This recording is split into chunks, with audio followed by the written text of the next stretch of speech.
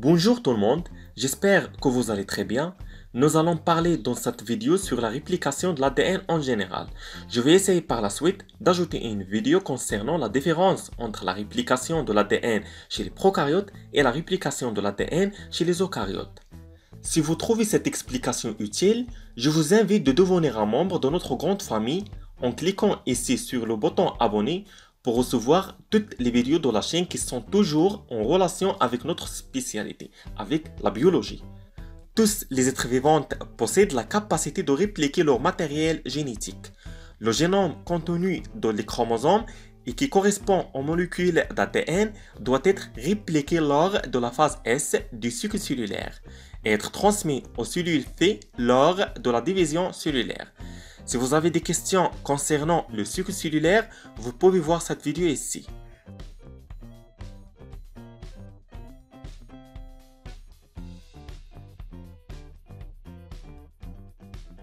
La réplication de l'ADN, appelée aussi la duplication de l'ADN, est le processus au cours duquel l'ADN est synthétisé grâce à l'ADN polymérase.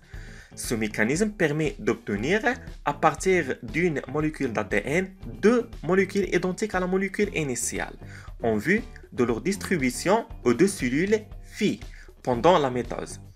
La réplication de l'ADN doit respecter deux principes. L'ensemble du génome doit être répliqué à chaque division cellulaire et chaque molécule d'ADN n'est répliquée qu'une seule fois par cycle cellulaire.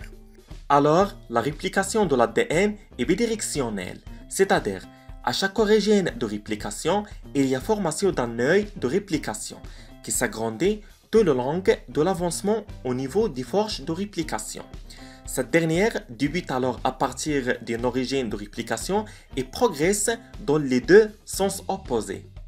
La réplication de l'ADN est dite aussi semi-conservative, veut dire que sur les deux brins d'ADN, il y a toujours un brin d'ADN parental, c'est-à-dire brin ancien, et un brin d'ADN fille, c'est-à-dire brin nouvellement formé.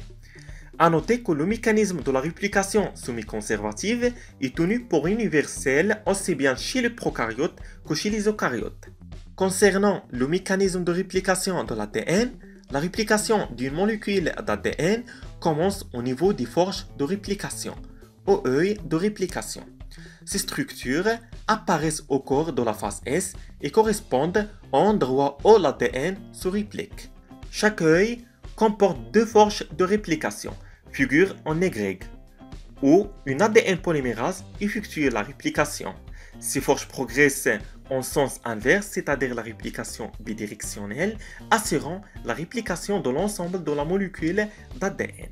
Puis, on passe vers l'écartement des deux brins de la double hélice d'ADN, en supprimant les liaisons hydrogènes entre les bases azotées par une enzyme appelée l'hélicase. Les ADN polymérases se déplacent le long du brin libre de l'ADN mère. On ajoute les nucléotides complémentaires, libres présents dans le noyau. C'est la polymérisation. Les brins d'ADN écartés servent de matrice pour la synthèse d'un nouveau brin complémentaire, des brins néoformés.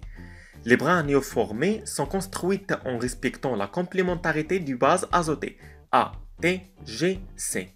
Les ADN polymérases peuvent ajouter des nucléotides seulement à l'extrémité 3' du brin d'ADN en cours de formation, alors que le nouveau brin ne peut s'allonger que dans le sens 5', 3'.